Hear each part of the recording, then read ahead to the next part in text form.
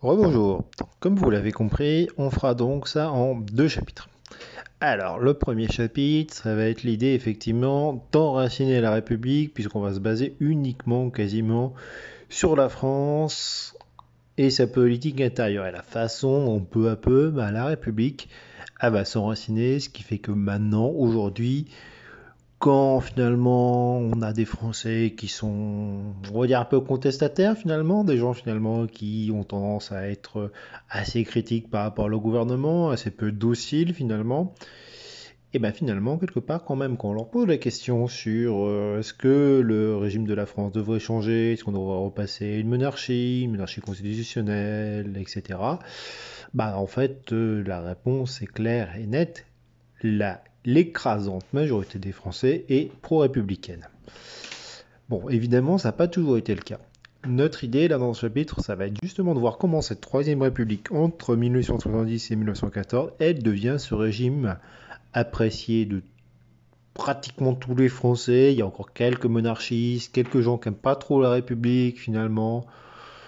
Et on y reviendra, mais bon, on y reviendra aussi en terminale parce qu'on a des gens comme Philippe Pétain, dont on a déjà parlé juste avant, qui justement voient pas encore la République d'un très bon oeil, hein. Donc ça, c'est vrai que finalement, on a quand même quelques contestataires, mais n'empêche que finalement, en 1918 et jusqu'en 1940, il y a assez peu de gens qui sont vraiment anti-républicains. Quand je veux dire, finalement, ce régime, en 40 ans, il a réussi à devenir une sorte d'indispensable, quoi, quelque chose finalement, République et France deviennent synonymes, quoi. On ne fait pas l'une sans l'autre.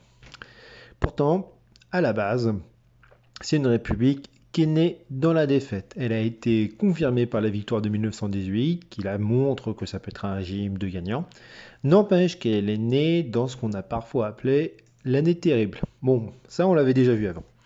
Je pense que vous vous en souvenez un petit peu, on avait discuté un petit peu, on avait parlé de Napoléon III qui se lance dans une guerre contre la Prusse, qui la perd à Sedan. Ce qui fait que les Allemands le font prisonnier, ils prennent une armée de 80 000 Français, ils envahissent un bon quart nord-est du territoire, et pendant ce temps-là, on a les opposants de Napoléon III qui proclament la République à Paris. Alors inutile de dire que 1870, c'est quand même pas une belle année, puisqu'on le verra assez rapidement.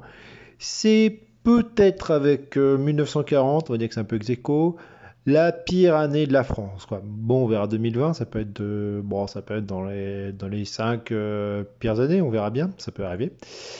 Donc en 1870, pour vous faire une idée, on a d'abord une guerre donc perdue, et perdue sèchement finalement par la France contre finalement donc l'armée prussienne qui va devenir l'armée allemande.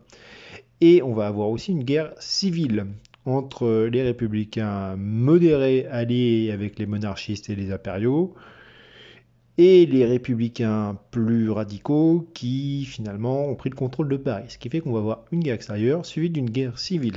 Un magnifique combo, quoi, quelque part. Il faut imaginer que c'est un petit peu comme si la France de 1870, c'était la Syrie de 2015. Donc en clair, pas forcément le meilleur coin du monde, finalement, et pas non plus le régime qui promet beaucoup, beaucoup, hein, puisque bon, on est quand même dans un régime qui s'est imposé par un coup d'État, dans un contexte de défaite, et qui a écrasé quasiment ses partisans, donc les plus rebelles, mais aussi les plus convaincus, en leur envoyant finalement une armée qui était composée quand même pour beaucoup de gens qui n'étaient pas très très pro-républicains. Donc inutile de dire que ça part pas super bien, on va pas se mentir.